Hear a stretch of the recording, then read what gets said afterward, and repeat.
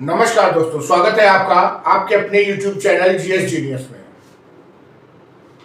आज हम आपके लिए शनि ग्रह पर अपना वीडियो लेकर के आए हैं। जैसा कि आप जानते हैं कि पिछले कुछ समय से हमारी ज्योग्राफी जीएस विषय पे एक सीरीज चल रही है, जिसमें हमने यूनिवर्स के ओरिजिन से शुरू किया था, उसके बाद स्टार के ओरिजिन, उसके बाद सोलर सिस्टम का ओरिजिन, प्लैनेट्स का ओरिजिन, मून का ओरिजिन, सन का जो इंटरनल एंड आउटर स्ट्रक्चर, और उसके बाद एक एक करके सभी प्लैनेट्स को अलग अलग डिस्कस कर रहे हैं।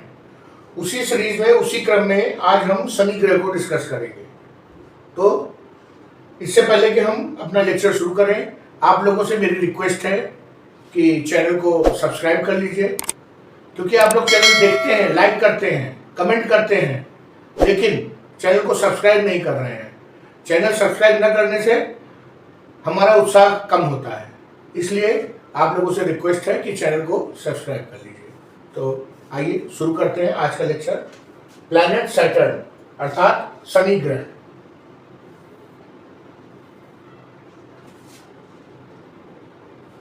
Saturn is one of the most fascinating planet in our solar system। जो शनि ग्रह है वो हमारे सोलर सिस्टम का सबसे आश्चर्यजनक ग्रह है, और वो सूर्य से छठे नंबर पे है।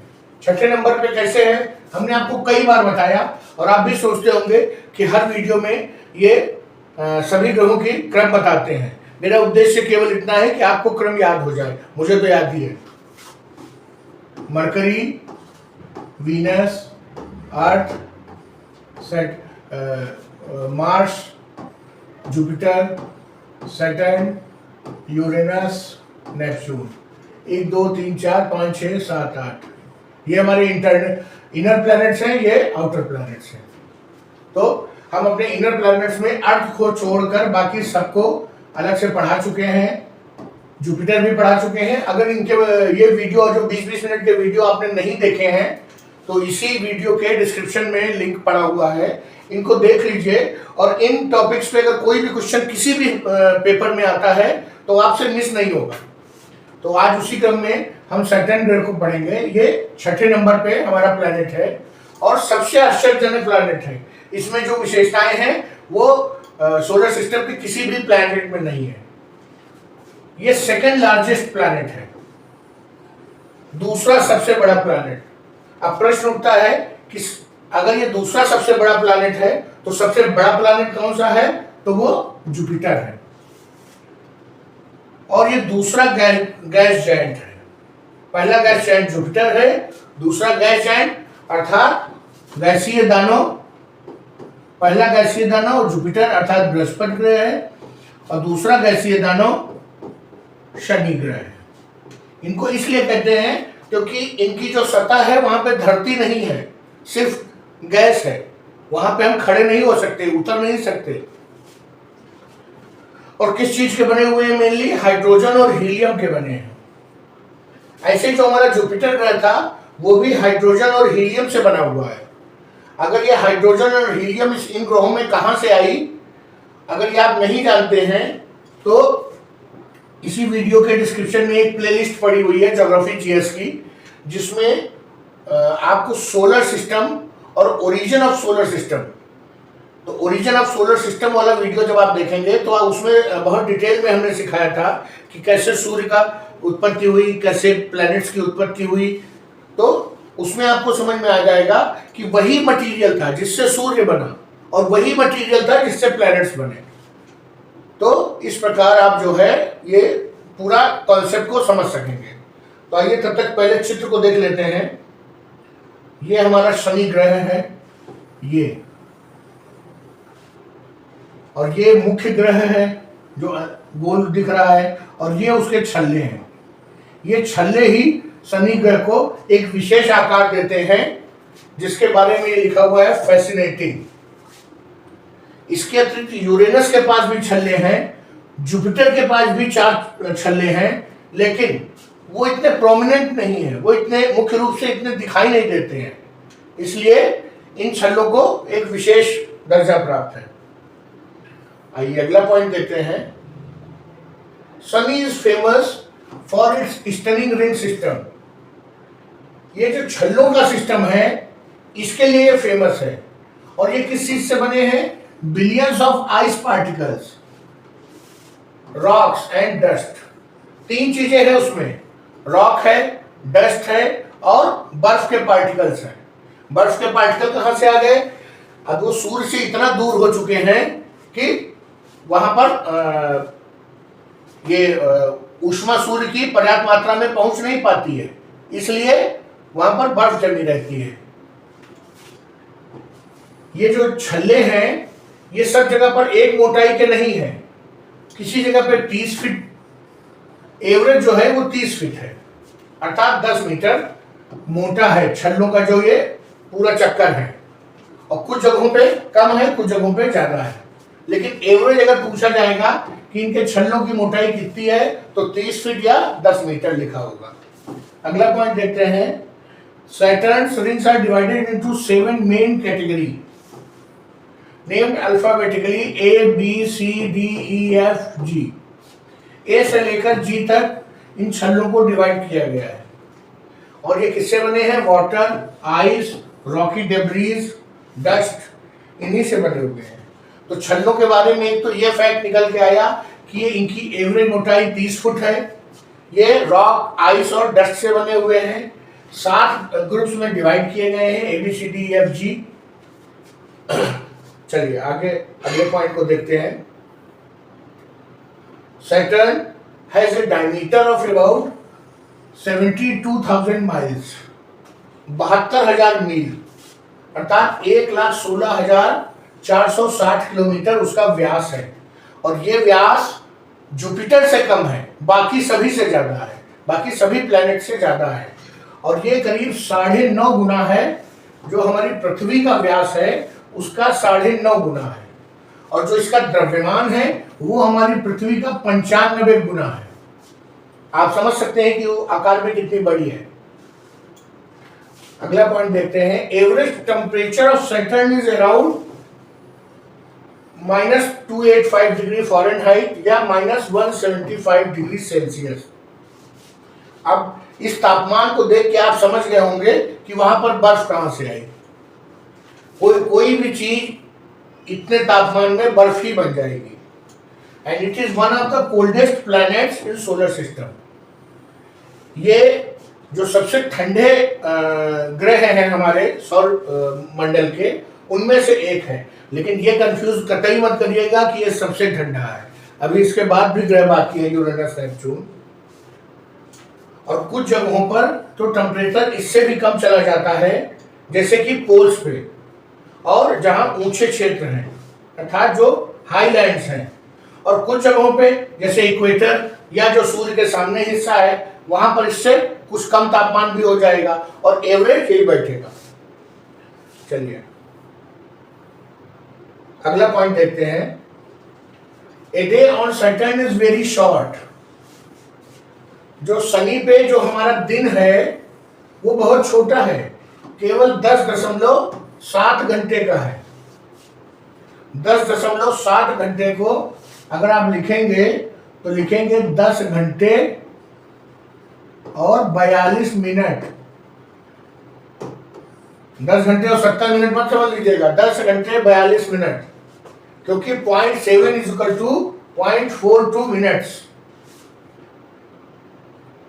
और हमारा जो जुपिटर था उसका जो दिन था वो तो केवल 10 घंटे का था। Because it is so far from the sun, it takes 29.5, 29.5 earth years लगते हैं इसको सूर्य का एक चक्कर पूरा करने में। अच्छा देखिए, इसका जो दिन है वो हमसे छोटा है, मतलब हमसे तेज चल रही है।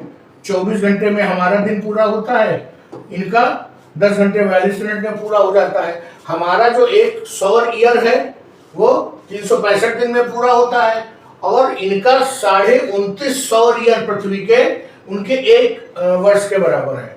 वो क्यों है? क्योंकि जब दूर है, अब एक उदाहरण के माध्यम से लीजिए कि ये सन है, ये अर्थ है, अर्थ का ऑर्बिट है, और ये सैटर्न का है, तो ये कम दूरी तय करने में कम समय लगेगा और उसकी अपेक्षा इस दूरी को तय करने में अधिक समय लगेगा। दूसरी बात, उसका आकार बड़ा है, आकार बड़ा है तो स्वाभाविक है कि गति भी कम होगी।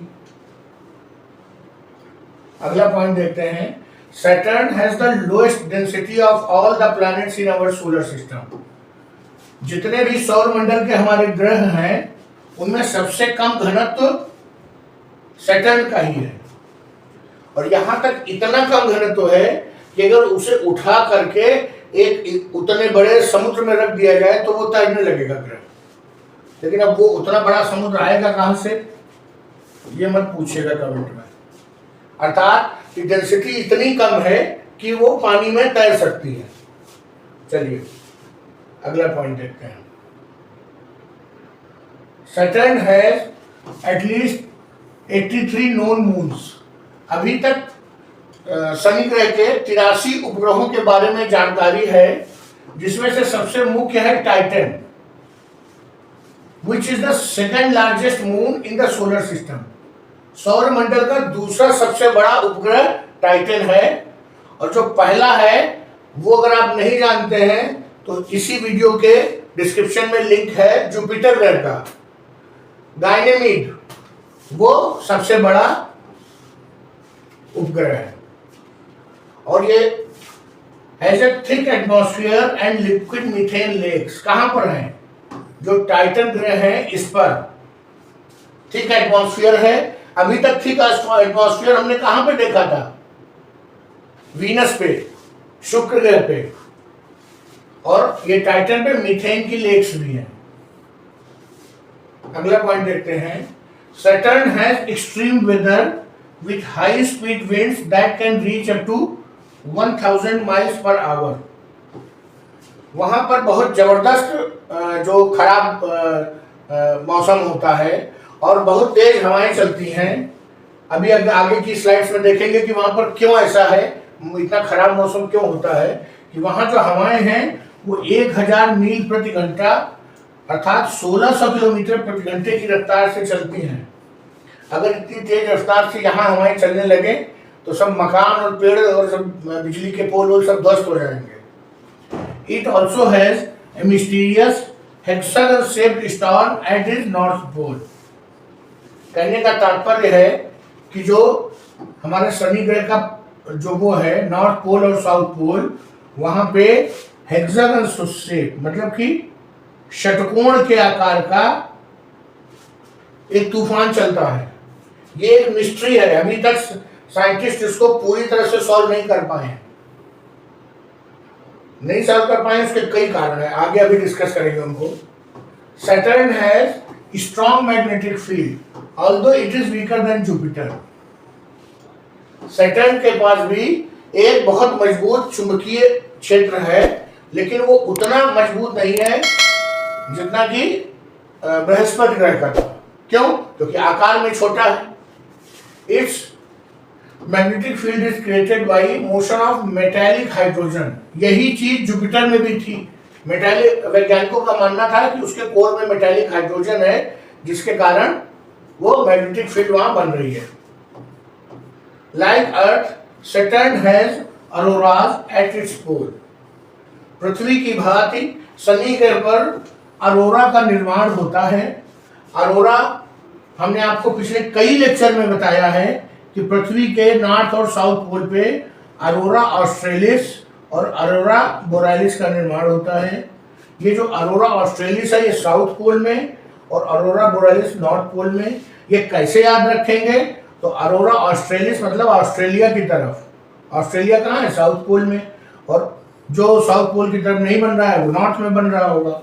तो इस तरह से आप याद रख सकते हैं। तो जिस ग्रह के पास एक अच्छी पर्याप्त मैग्नेटिक फील्ड है वहां पे अरोरास का निर्माण होता है। ये अरोरा क्या है? ये जो सोलर पाउनें निकलती हैं सूर्य से, ये मैग्नेटिक फील्ड जो है नॉर्थ पोल पे उनको खींच लेते हैं, और उनको खींचने के बाद वहां लाल नीले इस कलर का जो है भव्य आकाश दिखाई देता है, चमकदार और सुंदर, जैसे लगता है कोई जादू हो रहा हो। ये इंटरेक्टिंग विद सोलर विंड्स, सौर पवनों के साथ जो उनका इंटरेक्शन होता है, उनका जो रिएक्शन होता है, उसी से ऑरोरास का निर्माण होता है। चलिए, Saturn is visibly flattened at its pole due to its rapid rotation. कोई भी चीज जब बहुत तेजी से नाचती है तो इक्वेटर पे उसके बल आ जाते हैं, और जब इक्वेटर पे बल जाएंगे तो पोल्स पे वो चीज फ्लैट हो जाएगी। बिल्कुल सेम चीज सैटर्न के साथ है। इस आकार को कहते हैं ऑब्लेट स्फेरॉइड। ऑब्लेट स्फेरॉइड का मतलब है कि अगर कोई चीज बिल्कुल गोल हो तो ऐसे हो, लेकिन यहां से फ्लैट हो जाए और थोड़ा सा बाहर निकल जाए, यहां फिर फ्लैट हो जाए, और ये चीज ऑब्लेट स्फेरॉइड हो गई। और वहीं दूसरी तरफ जो प्लैनेट का इक्वेटोरियल डायमीटर है वो पोल के डायमीटर से ज्यादा हो गया, अर्थात जो ये दूरी है यहां से लेके यहां तक वो इससे ज्यादा हो गई। क्यों? ये थोड़ा सा दम पे और ये थोड़ा सा बल्ज हो गया, तो 10% तक का अंतर आ गया। चलिए अगला पॉइंट देखते हैं। Saturn experiences periodic massive storms called great white spots.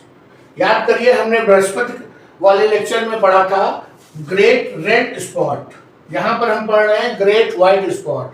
ये दोनों प्रश्न आ सकते हैं कभी भी एग्जाम में कि ये great white spot solar system में क्या है, तो उसमें लिखना पड़ेगा कि सैटर्न ग्रह पर चलने वाले स्टॉर्म।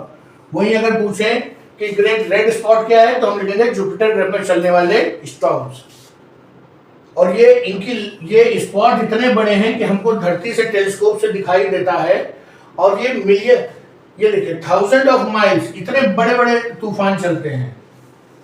और ये एक मिस्ट्री है कि हर 30 साल पे सैटर्न पे ऐसे तूफान आते हैं। अब ये सीजनल है, एक पर्टिकुलर 30 साल के बाद आ रहा है। क्यों आ रहा है, ये रिसर्च का विषय है, और बहुत ज्यादा अभी शोध हो नहीं पाया है। सैटर्न हमारी उससे दूरी इतनी ज्यादा है, और चूंकि वो टेरेस्ट्रियल प्लैनेट नहीं है, गैसीय प्लैनेट है, तो वहां पे हमारे मिशन उतने सक्सेसफुली हो नहीं पाए। सैटर्न इज लार्जर देन अर्थ।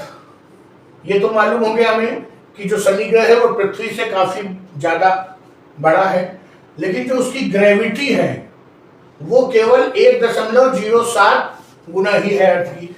मतलब अगर कोई भी चीज पृथ्वी पर 100 ग्राम की होगी तो वहां पर 107 ग्राम की निकलेगी, बस केवल इतना अंतर है।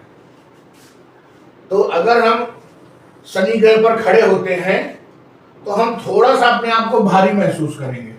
हमें अपने पैरों को उठाने में बस थोड़ी सी ताकत और लगानी पड़ेगी, और वो इतनी कम है कि शायद हम जान भी नहीं पाएंगे। और वो शायद इसलिए है, ये इतना कम अंतर है। आकार तो बहुत बड़ा है, मास भी बहुत बड़ा है, लेकिन ग्रेविटी उस हिसाब से नहीं बढ़ी। वो शायद इसलिए है कि वहां पर सॉलिड सरफेस नहीं है। सॉलिड सरफेस न होने के कारण ग्रेविटी भी नहीं है। ग्रेविटी न होने का तात्पर्य है कि उतनी ज्यादा नहीं है, कम तो है ही जितनी अर्थ पे है।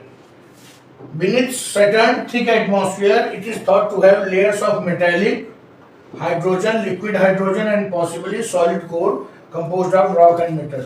वैज्ञानिकों का ऐसा मानना है कि जो सैटर्न का थिक एटमॉस्फेयर है, शुक्र ग्रह का थिक एटमॉस्फेयर था और सैटर्न का थिक एटमॉस्फेयर है, उनको लगता है कि इस एटमॉस्फेयर के नीचे मेटेलिक हाइड्रोजन, लिक्विड हाइड्रोजन और धूल और डस्ट और ये सब है। चलिए अगला पॉइंट देखते हैं। Saturn experiences season due to 27 degree axial tilt.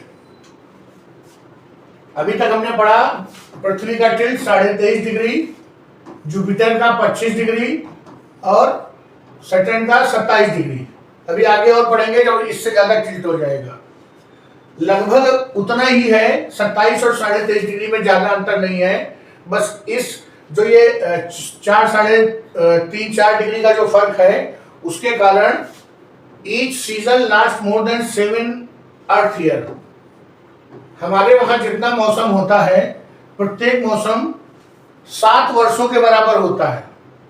हमारे वहां जो मौसम 3 महीने का है उनके वहां वो 7 महीने का 7 वर्षों का हो जाता है। इसके कारण वहां पर तो रहने लायक परिस्थितियां उतनी अच्छी नहीं है, क्योंकि अगर ठंडक का सीजन आ गया और वो 7 साल तक चला तो सर्वाइव करना संभव नहीं है माइनस टेम्परेचर में इतने लंबे समय तक। लेकिन उससे यहाँ के साइंटिस्टों को फायदा है कि वो वहां के एटमॉस्फेयर को जो 7 वर्षों तक एक समान रहेगा उसे लंबे समय तक अध्ययन कर सकते हैं। अगला पॉइंट देखते हैं, beside Titan Enceladus Saturn has moon with unique characteristics. Titan तो आपने जान ही लिया कि सबसे बड़ा, दूसरे नंबर का सबसे बड़ा है। ये इनक्लेडस भी है, लेपेटस भी है। लेपेटस की खासियत है कि वहां पर 2 कलर का ये पूरा उपग्रह दिखाई देता है। वैसे हेपेरियन है, हेपेरियन की खासियत यह है कि वो स्पॉन्ज लाइक दिखाई देता है क्योंकि वो काफी पोरस है ग्रह। तो अब कोई पूछे कि पूरे सोलर सिस्टम में कौन सा ऐसा ग्रह जो स्पॉन्ज लाइक है, तो शनि ग्रह का उपग्रह हेपेरियन है और पोरस स्ट्रक्चर है। कोई पूछता है कि पूरे सोलर सिस्टम में कौन सा ऐसा आकाशीय पिंड है जो 2 रंग का दिखाई देता है, तो वो लेपेटस है। लेपेटस की खासियत क्या है कि वो शनि का जो है एक उपग्रह है। चलिए अगला पॉइंट देखते हैं। Saturn is one of the brightest object in night sky because it reflects lot of sunlight. अभी हमने पढ़ा कि सबसे ज्यादा चमकीला क्या है, सन, उससे कम है मून, उससे कम है वीनस, फिर है जुपिटर और फिर है सैटर्न। इस क्रम को याद रखिएगा। अगर रात में पूछते हैं तो मून नंबर 1 पर हो जाएगा, अगर किसी भी समय पूछते हैं तो सन सबसे ऊपर हो जाएगा।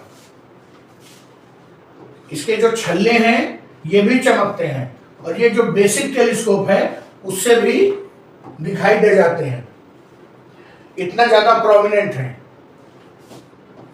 अगला पॉइंट देखते हैं, और उपग्रहों की तरह Saturn's magnetic field aligns most perfectly with its rotational axis.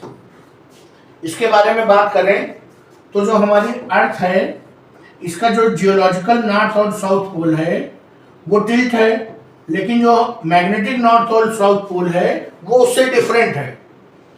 मतलब जो चुंबकीय जो मान लीजिए ये पृथ्वी एक चुंबक है, एक मैग्नेट है, तो मैग्नेट में एक नॉर्थ पोल होता है, एक साउथ पोल होता है।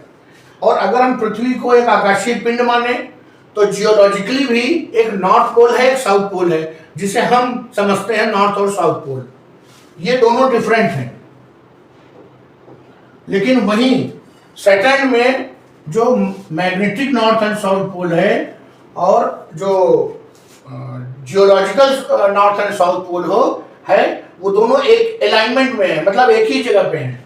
ये भी एक मिस्ट्री है, बाकी किसी प्लैनेट में ऐसा देखने को नहीं मिलता।